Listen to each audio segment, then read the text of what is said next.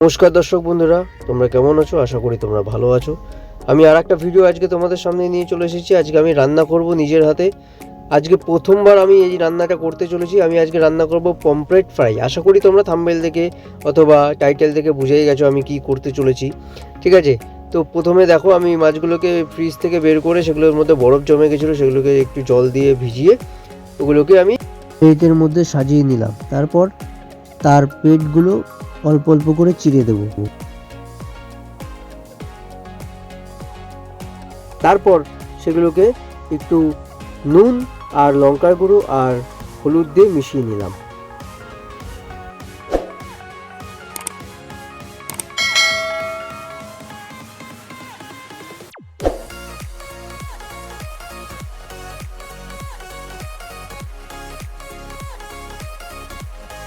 তারপর একটি পাত্রের মধ্যে পরিমাণ মতো দই দিয়ে দিলাম।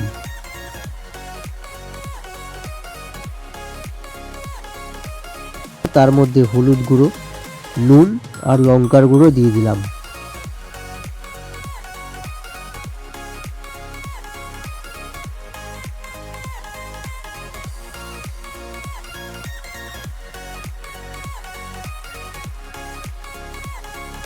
এবার এর মধ্যে একটা লেবু দিয়ে দিলাম।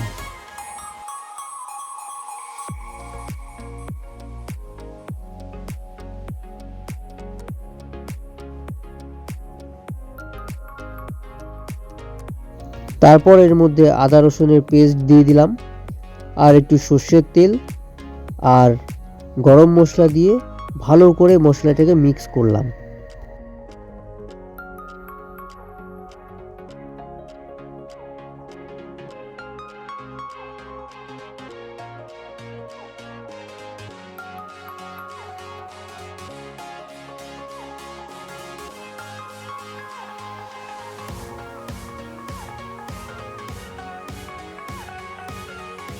আস্তে আস্তে সবকটা মাছকে আমি এর মধ্যে ঢেলে দিলাম।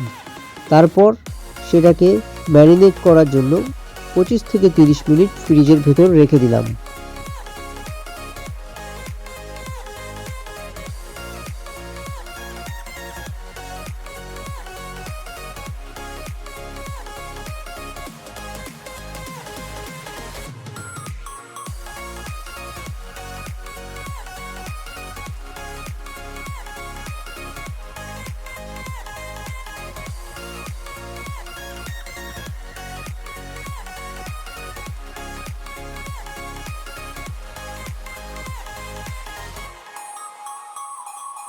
$2,000 years later. 30 মিনিট পর মাছটিকে ফ্রিজ থেকে বের করে নিয়ে এবার ভাজার জন্য প্রস্তুত করলাম।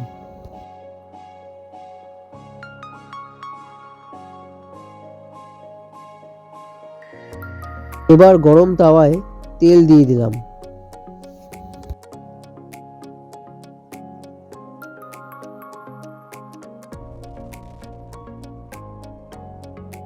আস্তে আস্তে এবারে সব মাছগুলোকে এক এক করে গরম তাওয়ায় গরম তেলে ঢেলে দিলাম।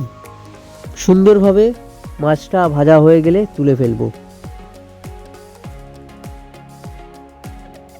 প্রথমবার রান্না করছিলাম, তাই জন্য আমি পারছিলাম না, তাই মাকে বললাম একটু হেল্প করে দিতে। মাও করছিল, কখনো মাও করছে, কখনো আমিও করছিলাম।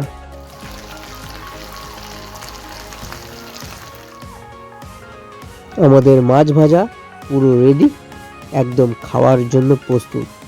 এবার চলুন ভাত দিয়ে তাড়াতাড়ি এটাকে খেয়ে ফেলি।